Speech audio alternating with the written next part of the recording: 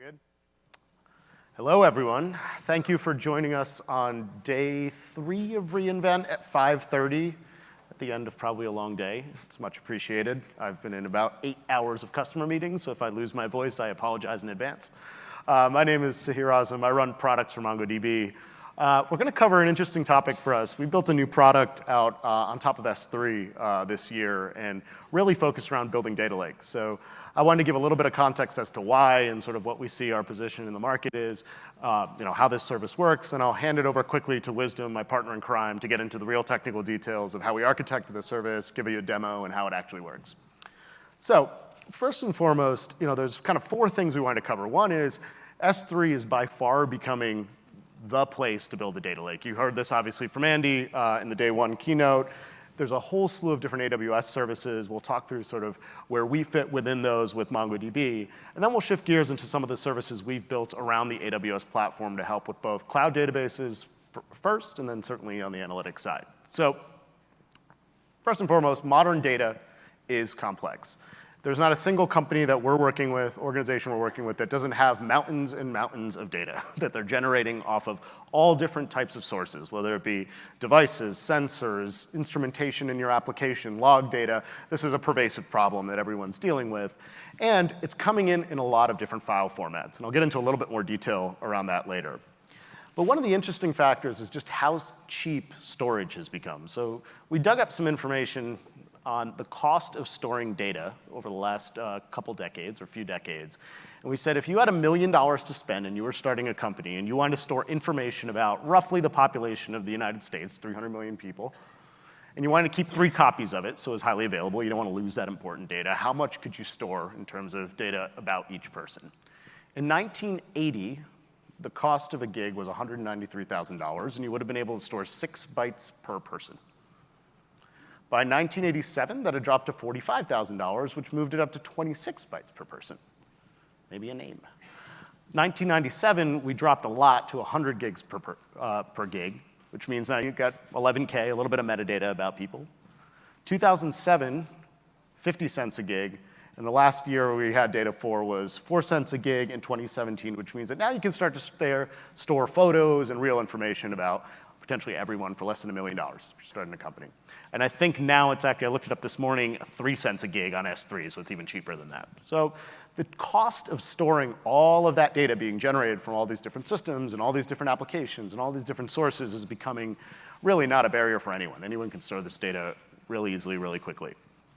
And this is not new. The idea of big data really started with Hadoop back in 2007, 2008. You think about what Yahoo did, really commoditizing hardware and storage and getting away from large storage arrays and moving to scale-out commodity storage. That was really the first wave of the idea of data lakes. I think it was Gartner or one of the analysts that came up with that original name. And the promise was really good. The idea was, I don't need big arrays. I can use scale-out commodity hardware for storage. I can use the scale-out architecture to parallelize my queries, get the power of dozens and dozens of compute nodes. It's easy enough to get data in. And in theory, it's easy to query data and get data out of the system as well. Right? Really nice promise. The problem was it didn't really fully live up to that vision, especially now in the cloud world. And I think there's a few different reasons why. One, even though it's a lot cheaper than buying storage arrays from a scale standpoint to use commodity hardware, it's still really only the largest enterprises in the world that can really stand up a massive compute Hadoop cluster in their own data center. So it's not fully democratizing the idea of data lakes or data analytics for the masses, for everyone, an innovative startup, an individual developer, building a new application or a new business. Fundamentally, the idea of coupling compute and storage was great in a data center where you wanted to get pizza boxes and scale that horizontally, but in the cloud, that's kind of the wrong architecture. We want to move to separating compute and storage so you're not paying for endless compute sitting around if you're not running your queries. So it's kind of the wrong architecture for the public cloud. There's a whole bunch of tools and sprawl that's built up around the Hadoop ecosystem.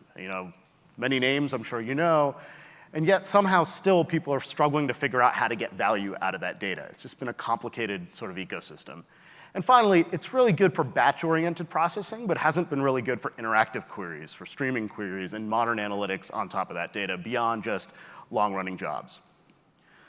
So this is what we think really led to the rise of the idea of a cloud data lake. And this is what we've seen Amazon really be a huge thought leader around, fundamentally around S3. I'm sure everyone in this room uses S3. I'm not going to tell you about it, but it's cheap, it's durable, it's the best way to store data in the world. And it is now becoming the destination for building the modern data lake. It's got durability, availability, scalability. It's got security and auditability. You can tell who accesses every object in the system. It's got object-level controls. So you can say, so-and-so only has access to particular partitions, particular buckets, particular data. There's a whole plethora of services and tools, some of which we'll talk about today, that you can get insight on top of that data easily without moving the data around. And there are a ton of ways to get data into S3. Whether it be Kinesis or other tools, you can flow data from a bunch of different places, so it's easy to get data and store it for a long time. The other interesting thing is, there's a plethora of different formats that we see out there in terms of file formats sitting in S3, right? And our view is that you shouldn't have to choose one format because different formats have different value propositions and have different use cases. We see a lot of flat files, CSV, TSV, our favorite, JSON, that are easy to use, easy to query, but not necessarily storage efficient. There's things like Parquet, columnar stores that are more efficient for storage, good for certain types of analytics. Avro for row-oriented queries, on and on.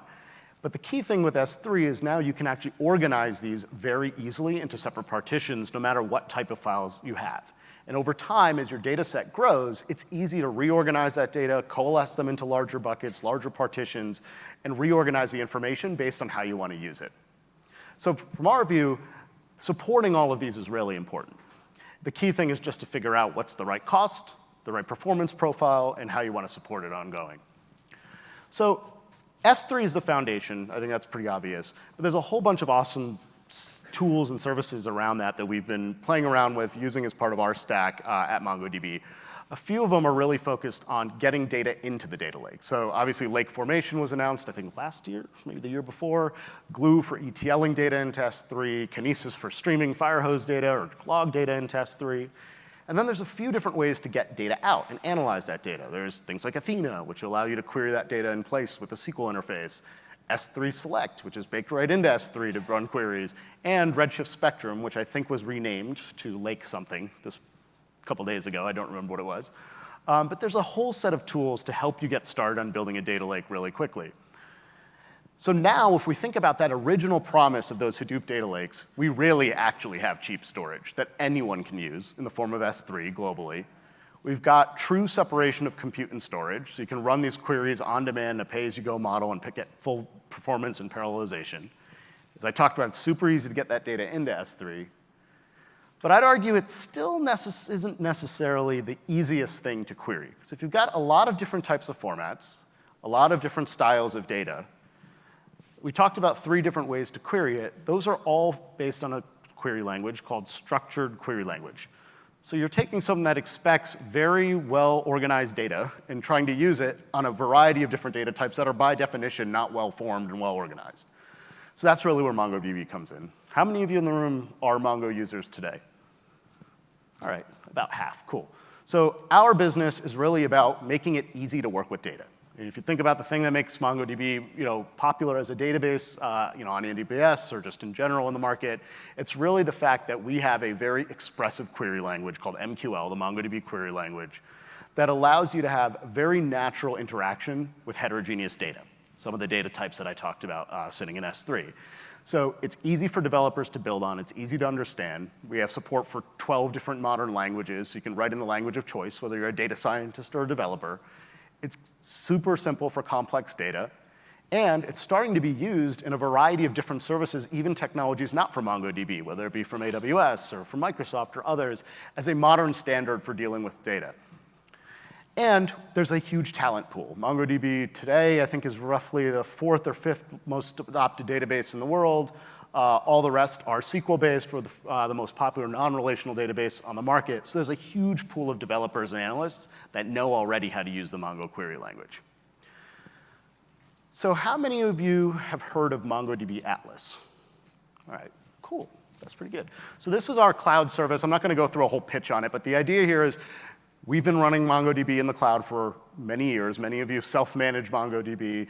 In 2016, we launched a service on AWS called MongoDB Atlas, which is our database as a service. So it's fully self-service. You can sign up in minutes, get a free cluster or a giant global cluster in a matter of minutes. You can do that in any of the AWS regions with the exception of mainland China, but we're working on that.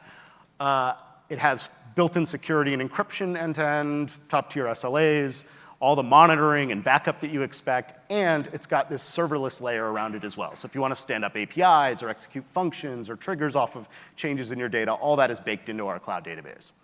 And so for MongoDB as a company, this is actually our main product line that we work with in the public cloud. We partnered with AWS to build this, as well as the other major cloud providers.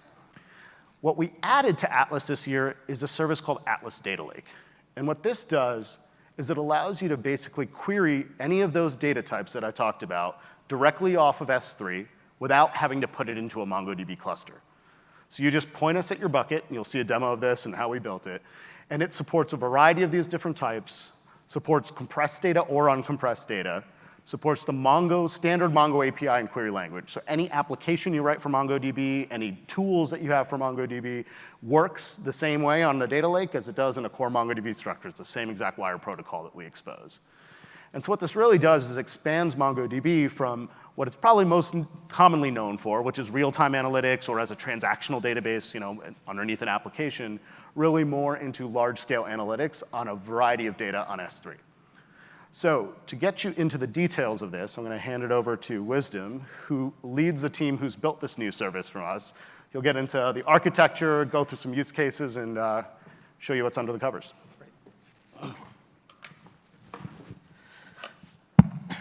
Hi, everyone. Thanks for here. My name is Wisdom. I'm the engineering lead for the Atlas Data Lake service, and I'm thrilled to be here.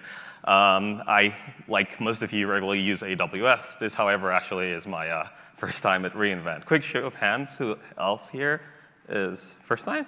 Yay, hi first timers. Thanks for coming, I'm delighted to be here. I'm gonna try and keep this stimulating because I'm sure most of you are tired from all the talks and events of today. As Sahir touched on, at MongoDB, we strive to add value to your data and to make it more operational than it's ever been. But we realize that this can sometimes be hard for some users, and so to that extent, we want to make this entire process easier. We believe that over time, people are going to want to get more and more value out of data that lives in places like S3 or indeed any cloud storage service. And to that extent, this past June, we recently released the Atlas Data Lake service as a public beta for our users to test. In simple terms, Atlas Data Lake is a serverless query platform that makes it easier for our users to quickly and efficiently operationalize and get value out of data that resides in the cloud. I hope that at the end of this talk, you'll have a better sense for how MongoDB leverages AWS in providing our users with more value from their data. OK, so in this talk, I'm going to cover 3 different things. The first is going to be the AWS services that the Atlas Data Lake service is built on top of, in particular S3 and IAM. You'll see how they kind of sort of undergird the Atlas Data Lake service. Next, I'll go over the architecture of the service itself. I'll first start with like a 30,000-foot perspective of how it's all put together and get into more details later on. And finally, we'll have a demo session where I actually go about building a data lake, and you'll see how the Atlas Data Lake service makes all of that pretty easy. OK, so let's start with this architecture that we have. You might have data coming in from any number of places, say an IoT device, an Apple Watch, whatever, and it might be sitting in some bucket. Right here, we've got some bucket in the US East region. You might additionally have data living in other regions and coming in and sitting into buckets in those regions. Additionally, you might have data sitting across any number of buckets in S3. The data itself, as Sahir touched on, might be coming in a variety of different formats, JSON, Parquet, CSV, whatever, and you want to query. And so that's the Atlas Data Lake service there. Now, Sahir touched on the Atlas Data Lake service provides the same MongoDB look and feel, and so we support the same query language as the core MongoDB database server. So the question is, how do we get access to your data? And this is where IAM comes in. So IAM is the arbiter that gives the answer to whether or not you have access to some data on S3. And it's a big part of what allows the Atlas Data Lake service kind of function along those principles of list privilege. So the IAM service kind of bridges the gap between your data sitting in S3 and our service that's able to process your data in turn. Internally, we basically have a query router that then dispatches different requests to a number of agents in each region. So we have this across all regions. I'll go into a little bit of detail of how this works in a little bit. But first, I wanted to kind of cover some few things we learned while working on this and things we think you might find useful while you're trying to build your own data lake. Obviously, in building a data lake, you need data, and you need a place to store that data. And that's where, obviously, Amazon's S3 comes in. I'm not going to belabor discussing this because I'm sure lots of you are already familiar with this. But let's go about one of the most important things about how you build your data lake, which is how you organize your data. Some important things to consider here are the size of files you store. A lot of times, you might get data coming in, let's say, minutes, millisecond intervals. And this pieces of data might be pretty small. So say like 500 bytes, 1 kilobyte. And while it's easy to store all of that just as it comes in your data lake, it sometimes might make it really difficult to have efficient processing of your data since it's so small. For instance, if you've used S3, you're familiar with the costing model for reading data, like gets and puts. And so the larger the number of files you have, the more you pay.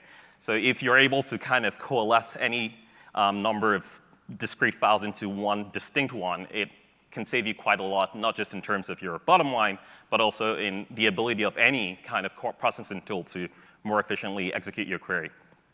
Another interesting thing to consider is the storage class you use in S3. Most of you are familiar with the standard storage class, infrequent access, Glacier. These storage classes have implications on how much you pay, and so just something else to keep in mind. And finally, this should be obvious, but you certainly don't want to have PII, personally identifiable information, or personal health information in the names leading up to your data, right? Like, while it might be tempting to kind of just construct a query that has first name, last name, and social security number, and then that's the data, you want to avoid this for obvious reasons. The prefix isn't encrypted, and so you want to store the sensitive data in the file itself as opposed to in the path linked to the file. So just a few things to consider. Another thing is the formatting of data. Again, you might have data coming in from any number of places, right? Like, let's say in your organization, HR might be sending in data in CSV, finance in TSV, and perhaps engineering in JSON.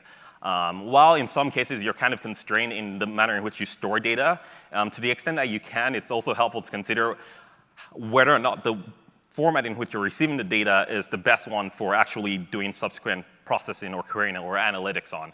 In particular, like formats like Parquet and Orc have compression, they have indexing, and they have horizontal partition of the data. And so those kinds of formats are much more well-suited for different kind of analytics use cases. So to the extent that you can, you should consider using those formats. But as Sahir touched on, regardless of what format you've got your data stored as in S3, the Atlas Data Lake service is able to seamlessly handle all of that in what I think is a really beautiful way. OK, we'll get to that. Next thing, S3 server access login. So I don't know how many of you here are familiar with this feature. I don't think it's really widely used, but I think it's pretty useful to know about and to use. It's that little checkbox there. And what it does essentially is, once it's enabled, it allows S3 to log read and write access on your data within your bucket. So in addition to being incredibly helpful for certain kinds of compliance purposes and like auditing, it's also, I think, a useful way to have some sense of how exactly applications or users are working with the data you have there. And finally, what I'd like to touch on is encryption. Security is of paramount importance. If you're not using encryption on S3, please use it, especially if you're storing PII or PHI. A lot of people assume, I'm using TLS to connect to my data on S3, I'm good. But what happens if your access keys get compromised? You have then all your data sitting on S3 completely unencrypted. And so if you're doing backups, if you're doing any kind of operation that stores data that's sensitive, you should really please consider encrypting that data. Amazon is pretty good with that and has a bunch of features for client-side encryption, server-side encryption. You can bring your own keys. And again, this is extremely useful for security, for auditing purposes, so do use it. So that's a couple of things with regards to S3 that I wanted to highlight. The next big service that kind of undergirds our service is Amazon's IAM. Again, I'm guessing everyone here is pretty familiar with IAM, so I'm not going to go into too much detail about it. What in particular we use in IAM are the roles. So I kind of like to think of IAM roles as consistent of two primary parts. The first being the role policy, which in turn has actions and resources. And then the second being the trust relationships, which basically say, who do I trust to carry out these actions and these resources? This is actually a critical linchpin in the Atlas Data Lake service, and I'll show you exactly how we use it. So this is a sample role policy that you'd see when you use our service to grant us access to your data. And what this says essentially is I'd like the ability to list a bucket, get object, and get object version for all the resources listed underneath there. Now you'll notice that the resource section has kind of what looks like a duplicate. If you're familiar with S3's API, you will understand that the first record there without the asterisk is meant for the list bucket action, which since that works on just a bucket as opposed to like any number of objects. And then obviously the get object is recursive for every object within that bucket. So pretty simple, action, resources, role policy. Second thing is trust relationships. So this is basically the connection we have between our user, in this example, it's called the Atlas Data Lake user, and your Amazon account. So what this says is we'd like the IAM user called Atlas Data Lake to be able to assume the role we've defined that then allows us to carry out those actions on the resources that you've specified. We additionally have an external ID here, which basically is just an additional layer of security, in particular to avoid the confused deputy problem. OK, so you've got your IAM role. You've configured it to give our Atlas user access to your data. Let's see how all this kind of works together with respect to like authentication and authorization. So the first thing our IAM user does is it issues a command to the SDS, the secure token service that Amazon provides, and we authenticate with our credentials, but also indicate that we'd like to assume the role that gives us access to the customer's data. And so in this case, we authenticate to Amazon, specifying that role. Amazon, in turn, gives us temporary credentials. So these are similar to any regular credential with the access ID and access and secret key, but they additionally have a token for the temporary credentials. Once we have those credentials, we can then go about accessing your data in S3, reading it, and then doing the processing for you. This, I think, is an extremely elegant solution to having constrained access for any third-party application. I think it's pretty impressive that Amazon provides this. In addition to the fact that the security credentials are temporary, so only valid for a certain like temporal duration, they additionally have you additionally have the ability to revoke access by just deleting whatever resources you've specified if you no longer want the Atlas Data Lake service to have access to your bucket, or removing the role. And so it's just complete control over your data and how it's used. In addition to things like access login, you can see exactly how perhaps the queries you issue via our service translate into data reads on your bucket. OK, so we've covered S3, we've covered IAM. Let's go to the data lake. So one thing you might consider when you're thinking of the Atlas Data Lake and how it works is, OK, I know I've got some data sitting in a bucket in S3. But you've mentioned that the Atlas Data Lake provides the same look and feel as a core MongoDB server. So that means I can connect to it with any of the MongoDB drivers, navigate to the database, navigate to a collection, and presumably issue any arbitrary query. But the kind of obvious question, obviously, is, well, how does the data lake service know what databases and what collections to present to me to query? And I would say, good question. Great question. Good thinking.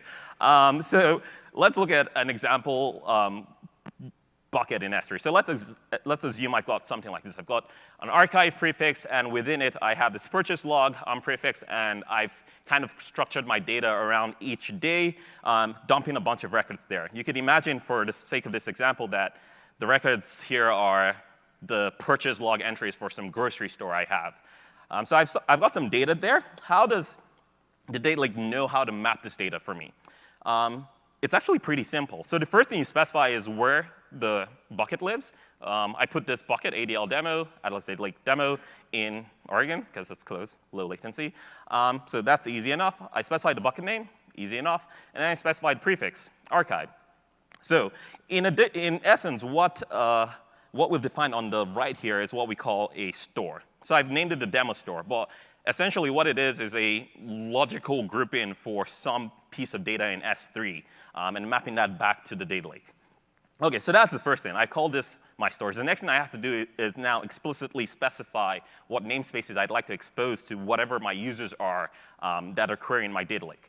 So I've just called this reInvent 2019, because why not? We're here. And since I'm looking at data within the purchase log prefix, I've called my collection purchases.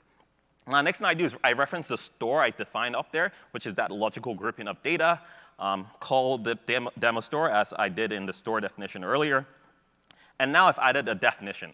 So the definition, I think, is actually pretty cool here. It basically allows you to materialize information from the prefix for a given object, and then have that kind of appear in your documents. And so what I've done here is taken advantage of the manner in which I've organized my data in S3, and then used that to kind of enrich the data I then use to query.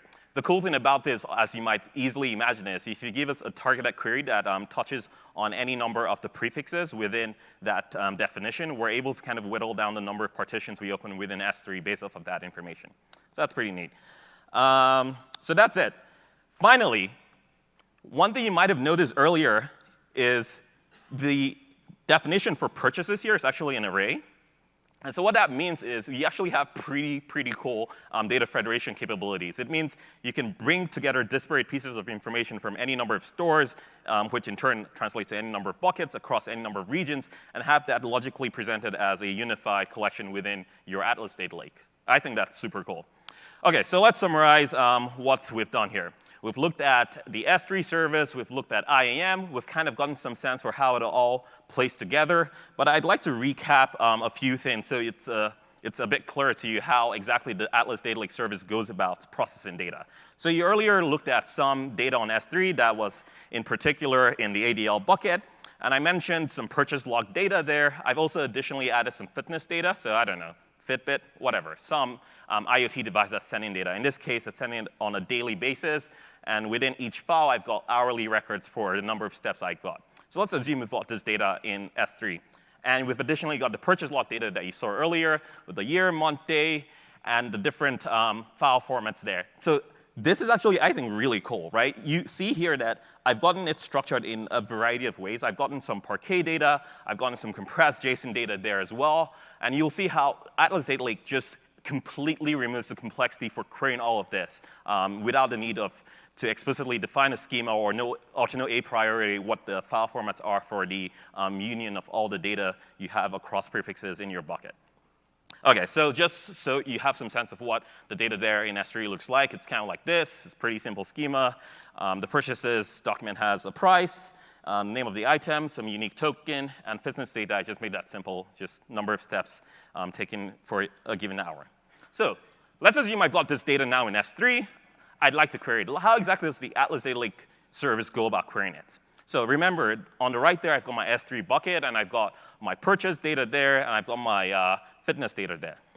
And you have a MongoDB query. So your MongoDB query comes into the Atlas Data Lake. It actually hits a front-end load balancer, but that's not really important here. And depending on where your data lives, so remember I talked about data federation, so you could have data across regions. We intelligently distribute that data across regions. So in cases where your data consists of, or your collection consists of stores that span different regions, we distribute the queries to those regions. We get credentials from IAM, which in turn gives us access to your S3 data.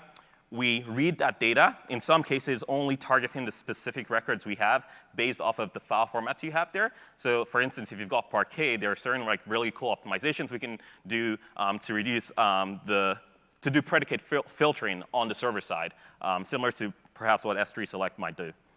So we read a bunch of documents from the agents, and then we do a bunch of processing within the Atlas Data Lake service itself, and finally, we give you a result. OK, straightforward. So let's look a little bit deeper into the Atlas Data Lake service and how it goes about doing this.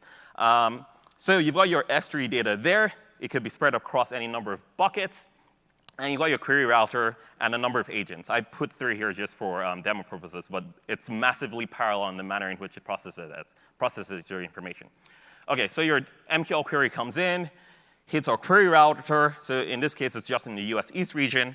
And then we distribute your query. So this is kind of the key to our ability to massively parallelize your query execution and make it really efficient. It's the ability to transform what is ordinarily a simple MQL query, for those of you who are familiar with MongoDB's query language, and then distribute it in a manner that makes it executable or distributable across any number of machines. And I'll show you an example of what exactly that looks like later on.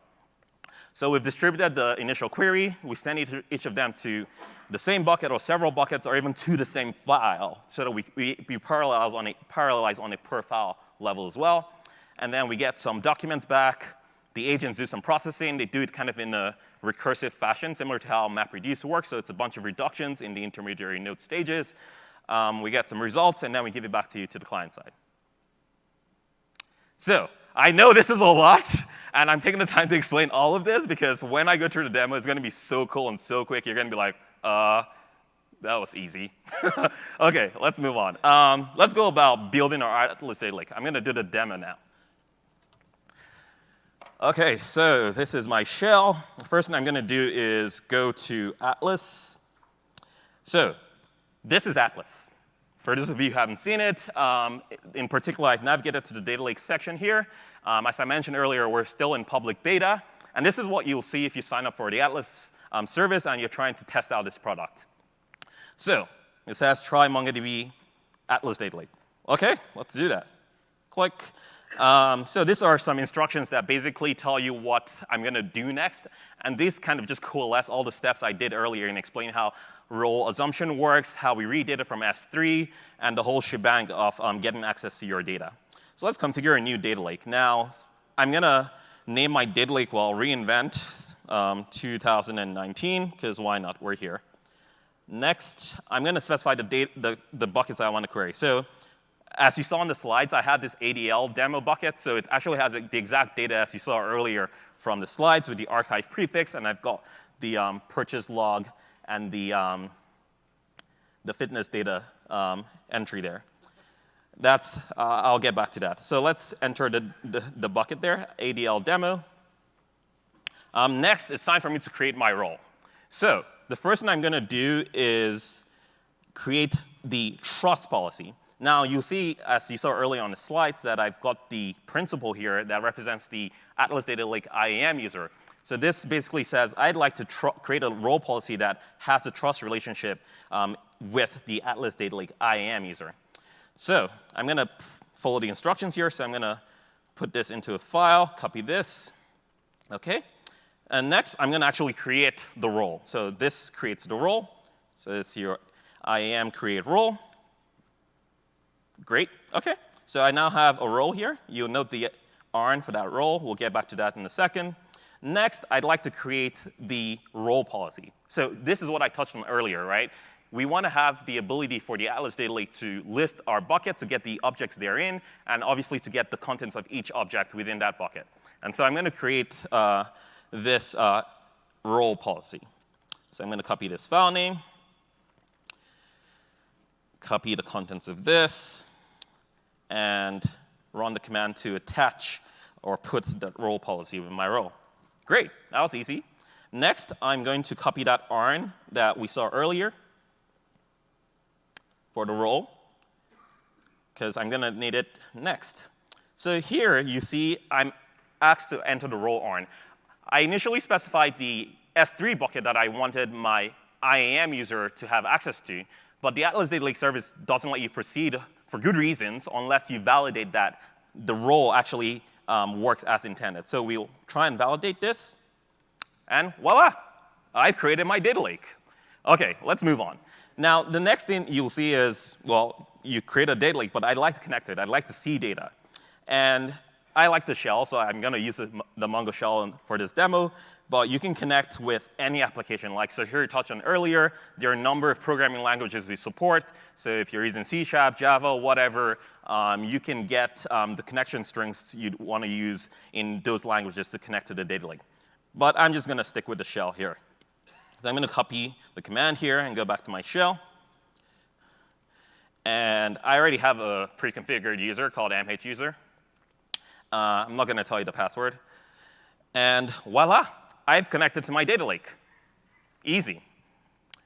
Now, next thing I'm going to do is create a storage configuration. So as I mentioned earlier, the Atlas Data Lake service needs a way for understanding how you as a user want to map the data you have in S3 into logical namespaces in MongoDB. And so what I have here is essentially that. So it's pretty much what you saw on the slides. I'm using the ALAL demo, and I have my purchases collection represented by data within the purchase log prefix. So I'm going to copy this. And then in Atlas Data Lake, I issue what's called an admin command. So db.admin command. And I'll start with storage or storage set config. And I'm just going to paste the contents of that configuration. Look good? Enter. Great. Now, when I attempt to show my databases, I have databases. OK. Next, let's use this database. OK. And let's see what tables are there. Great. I got my fitness data and my purchases data. Now I can try and do a simple data exploration. So db.purchases.find1. And there you go. You have data. Now, remember, this is data sitting on S3. I haven't had to start up any new servers. I haven't had to do any ETL operations. I haven't had to define any connectors. I haven't had to do any data migration. Within the span of a few minutes, I've gone from data that sits in S3 into operational value from that data. So let's try and do some more interesting queries. So right here, I have a query that allows me to figure out the average price for items that were sold on a particular day in my grocery store. So I want to see the average price per inventory item on that particular day. So let's copy this query and go back to our shell and run this. And there you go.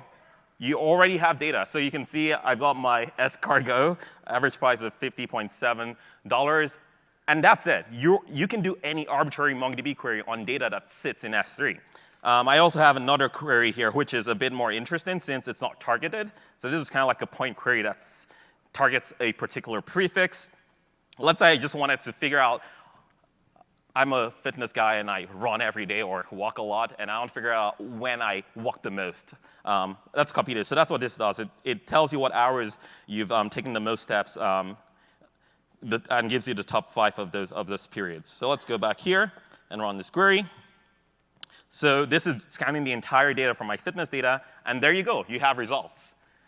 Now, it's hard to appreciate what this is doing if you haven't used MongoDB's query language, but we bring the entire expressivity and power of MongoDB's query language and data model to your fingertips.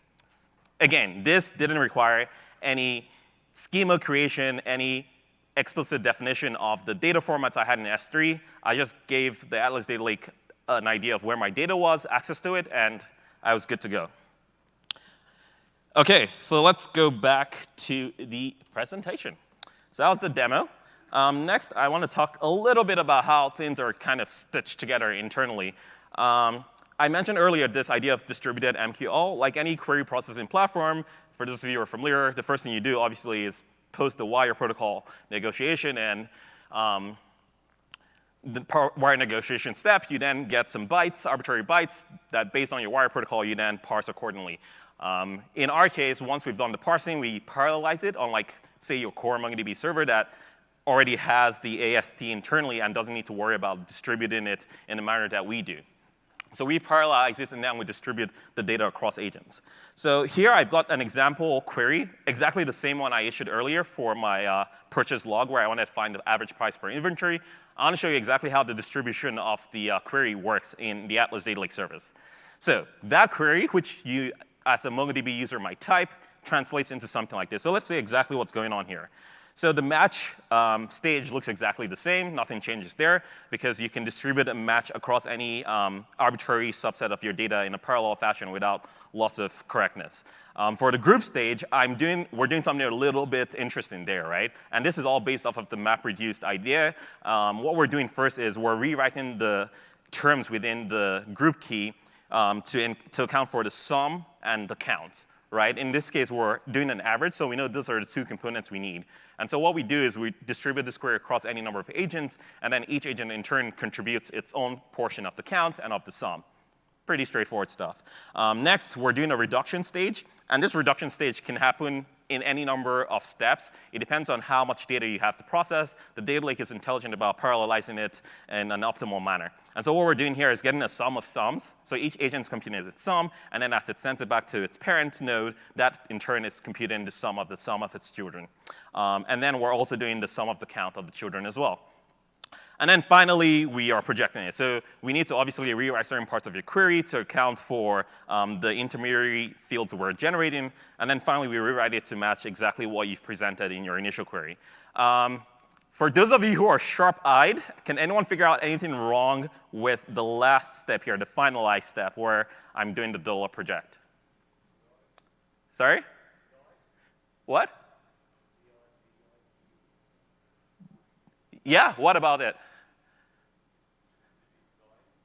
Yeah, so yeah, if you divide by 0, things blow up. So obviously, we don't do that. OK, so that's how we go from a single query to a distributed query that we can then run in parallel across any number of boxes. So I want to touch on some interesting things I think make the Atlas Data Lake a secure choice for you to build your data lakes in the cloud. To make it behave like MongoDB, we implemented it as a read-only server. So we're not going to be writing data to your bucket unless you ask us to. So MongoDB has this aggregation pipeline operator called $out, which allows you to write the results of an aggregation pipeline stage out to any external service. In particular, it currently supports writing back to the Atlas Data Lake cluster, to the MongoDB itself if you use it in the core database server. But in Atlas Data Lake, we will allow you write back to S3. So you can write some query, get some results, and then write it back to S3. And we'll additionally allow you write back to an Atlas cluster. So there's just tons of use cases for that. Another thing we do is we use the server's aggregation engine. So for certain queries that come into the Atlas Data Lake, they're easy enough that we can optimize ourselves without having to delegate to the more sophisticated MongoDB aggregation engine that's been around for a pretty long time and it's super optimized. But for certain things that are a bit more complicated or new ones, we delegate to that. We also use the same role-based access controls as MongoDB. This, I think, is really, really important because it means if you already have users and access controls you define for your cluster in Atlas, you can use those same access controls for your data lake. Now, remember, in the Atlas Data Lake service, you can specify databases and collections and group them as you wish. In turn, you can use the role-based access controls to determine who has access to those logical namespaces in your data lake. I think this is really, really powerful. Additionally, we have the same authentication mechanism as MongoDB, as you saw earlier. I connected with the shell. Everything was transparent, and the same authorization controls. And finally, this is a little implementation detail, but obviously we use TLS. We require TLS, actually. You cannot connect to us unless you're using a TLS connection. And we also use SNI since we have a shared tenancy architecture to understand what exact storage config we should map to the tenant information you give us. So SNI is just a TLS extension that allows us to do that. And yeah, we're fully integrated with Atlas. As Sahir touched upon earlier, we support a variety of file formats, compressed, uncompressed. We even added support for Excel, just because why not? It's pretty cool. And OK, let's talk about some of the things we plan to do in the future. The first thing is support for data tiering. I think this is incredibly powerful. So the idea here is you've got some hot data sitting on your Atlas cluster in the cloud, and perhaps over time that data kind of gets old, it gets cold. The idea behind this feature is you'll be able to configure your data lake to have access to both your Atlas cluster and your S3 buckets, and then kind of move data from Atlas to S3 as it gets colder. And you also have, as I mentioned earlier, the data federation capability, so you can still present a unified view of all your data if you wish. But at the very least, for any number of use cases where you have data that's perhaps fairly sizable, you don't have to worry about that kind of overwhelming your production servers or kind of being where it's not really used. So that's the data tiering. And a bunch of other things. We're obviously working on tons and tons of query optimizations. Like, they never end, right? Like, you can always make things faster and be more clever.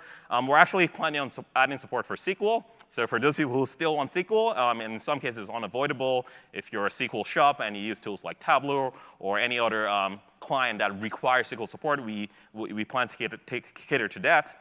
I've already talked about data tiering. And finally, view creation. View creation is kind of interesting because it allows you to present, on top of the storage configuration mapping for namespaces, additional custom views for representing your data to your clients. So the view creation in MongoDB basically works similar to aggregation pipeline or query. And so you can specify any arbitrary piece of essentially query there to represent the view that's then presented as a namespace in the data lake. OK. In conclusion, as I mentioned earlier, Atlas Data Lake is a serverless query engine that makes it easier for you to quickly and effectively operationalize and get value from your data. We recently released it this past June, and we already have a number of customers using it and getting value. For us, it's not really enough to make it easy and nice to use. We really want to improve the service. And so we'd love, love, love for you to please try it out and let us know whether or not it meets your use cases. Finally, thank you all for being here. I know it's pretty late. I know you guys are tired. There's lots of parties. But yeah, come to our party. We have a party tonight. You can go to that URL down there to learn more. And yeah, thanks. We'll take questions now.